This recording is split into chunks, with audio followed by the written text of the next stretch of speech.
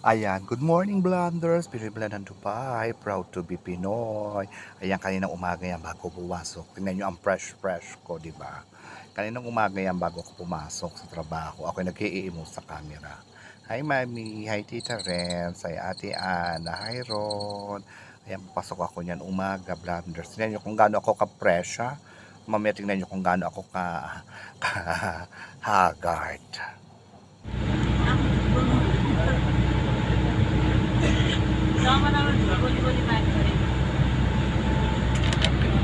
Good afternoon, Blanders, Pinoy ng Dubai, proud to be Pinoy. Ayan, pauwi na, 5:30 na ng hapon. Grabe, sakit ang paa ko, tsaka yung likod ko, Blanders. Grabe, sumakasama kong iingay pa. Kaya pang ayaw magpahinga. Daldala ng daldala, kakairinda. Pauwi pa lang ito. Sa desierto pa lang din ang kamay. 7 mag-as 8 na kami natin sa bahay. Sakit ng pa ako, tsaka yung goron ko, masakit na rin. Grabe. Sakit na ng aking paa. Ayan. Sabi nyo, bago. Makapagod, grabe. Ay, sakit ng likod ko, paa ko. Yung binti ko masakit sa tayo. Ang daming ginawa. Ang daming panghalaman. Hindi ko na nga naibalag yung mga ginawa kasi wala na akong time. Napakarami kong ginawa. Sko? Inisip ko na lang, swerte na lang may trabaho. Pero wala na, may danda talaga sa Pinoy Blend, hindi katulad dati. Ngayon madali na akong mapagod. Tsaka masakit yung likod ko. Grabe. Sa lamig to tsaka sa kata tayo. Tapos yung binti ko, masakit. Ngayon pati ingron ko, yung daliri ko sa paa, masakit yung mga ingron ko. Kasi last pedicure ko pa nung nasa Pilipinas ako bago ako bumalik June, July, August, September. O mag-October na, mag-4 months na. Lahat ng daliri ko masakit. Try ko sa Sunday. Bukas ng gabi, available si Pani. Magpapalinis ako ng kuko. Kasi hindi ko matawagan si Tita Elma kasi yung uwi namin alanganin.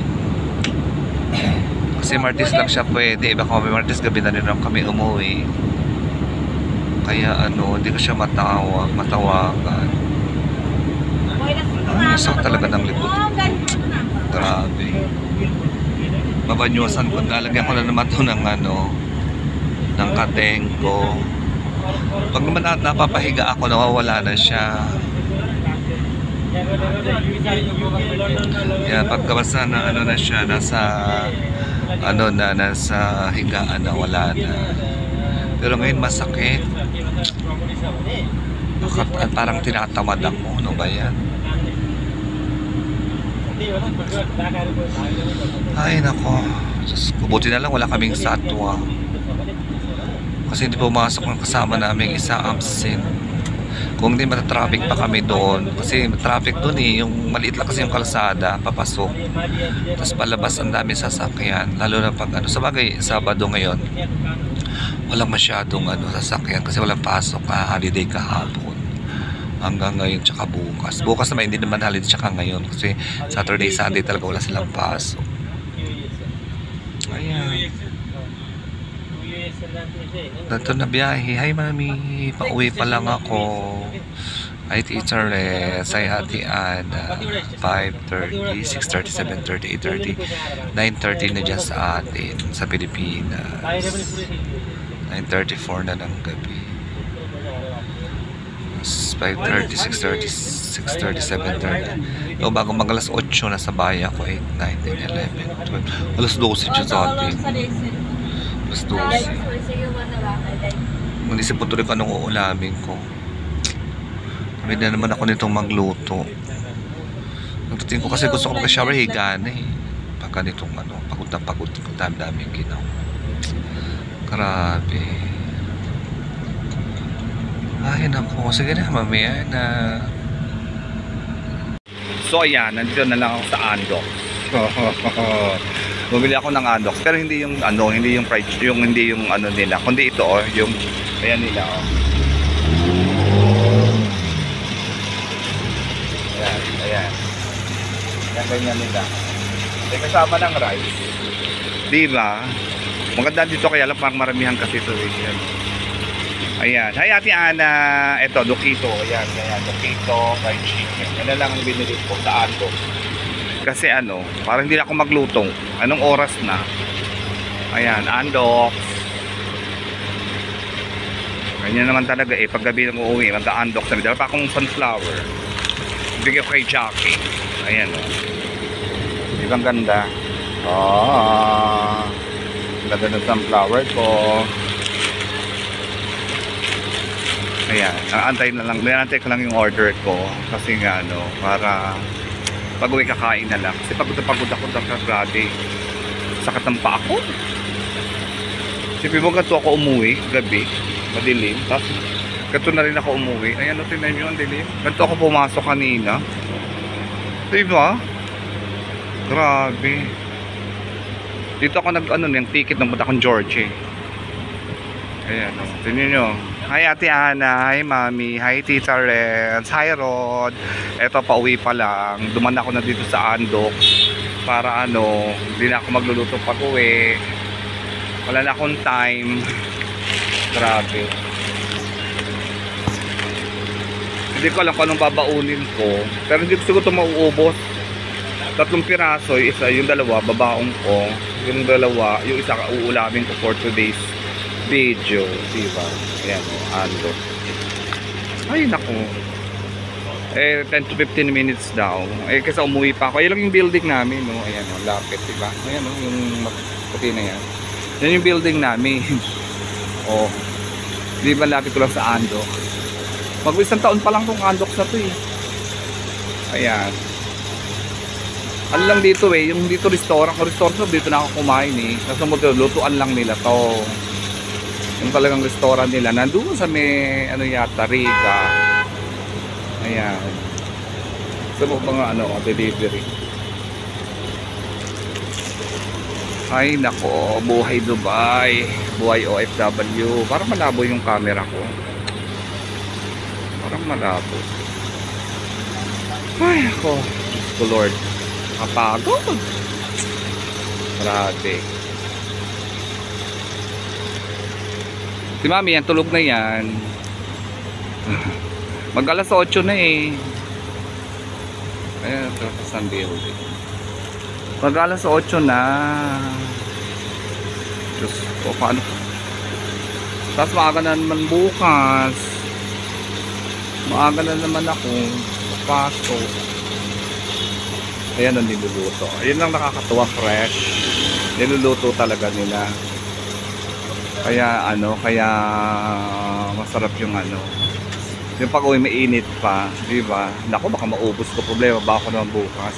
Baka ba ako bukas lata na lang, dilata. Ay naku. Pag naubos ko to ngayon, dilata ang baon ko bukas. Hindi pa ako nag-grocery. Check ko yung mga ito bukas na rin, Sa Monday, check ko yung grocery ko, yung sari-sari store ko, ano yung kulang, yun lang yung bibiling ko. Kasi hindi ko naman naubos yung mga dilata ko Pero kailangan ko ng tipo, first in, first out. Diba? Baka maabot ng expiry. Yun lang maganda kasi may compact I will survive na na dilata. Meron ako dong galunggong. Nakabili na ako ng sangaro tsaka tilapia sa Monday. Bukas nakabuli akong bigas kasi para hindi ako magbitbit sa Lunes. Mahirap din kasi magbitbit, mabigat. So bakit hinahatid naman ako ng West Zone, my favorite supermarket, diba? So ayan. Saka gutom na din ako. Grabe. Nakakagutom. Dubai at night. Nakakagutom Grabe. Ay nako po. Buhay Dubai. Buhay OFW. Ay nako. Kaya dapat takutan dito si Mami. Para may magluluto eh. Kala ko may magluluto si Mother. Mother, punta ka na dito para may tagapagluto ako. Mami, punta ka dito para may tagapagluto ako. Para pag uwi ako, kakain na lang ako. Tingnan mo, wala akong pagkain. Pinababayaan mo na ako. Hindi mo na ako love. Hindi mo na ako love. Hindi mo na love yung maganda mong anak. Ay nako. O sige na, mamaya na. So ayan, pauwi na. Ay nako. Gutom na ako. Grabe. So ayan, dito ako sa bahay. Ano ba yan? Ay nako. Ito na siya. With ano yan, with rice and everything. Ay nako. Hayo. O di kakain na lang. Ang bayot. Sandali lang. So ayan, kanina yan sa trabaho. Tignan niyo, umupo ako. Sakta sila likod ko. Pati pa ako. Sumalampak ako sa sa sahig. O di ba? O baliw-baliwan lang ang lola niyo. Ayan. Nakita ko na kayo dinugtong ko na dito. Tiyaso ko yung paa ko kasi masakit na talaga. Grabe. Ay nako, pagod ako talaga. Ang sakit ng likod ko. Grabe. Tsaka yung paa ko. Pati yung inggoron ko. Grabe, nako. Ay nako, sakit ng likod ko. Kaya iniunat ko siya, nakaunat ako. So ayan, dito na ako mag-thank you for watching kasi tapos na yan. Thank you for watching. Please don't forget to like, share, and subscribe. Pinoy Blanan Dubai. Proud to be Pinoy. Eat well, live well. God bless you all. I miss you, Mami. Mua. Yan yung pauwi na kami niya. Tignan nyo yung itsura ko kanina nung opening at saka yung ngayon. Nakita nyo, kana fresh ako ngayon ng tutay ng Pinoy Blan sa sobrang pagod. Hi, thank you for watching.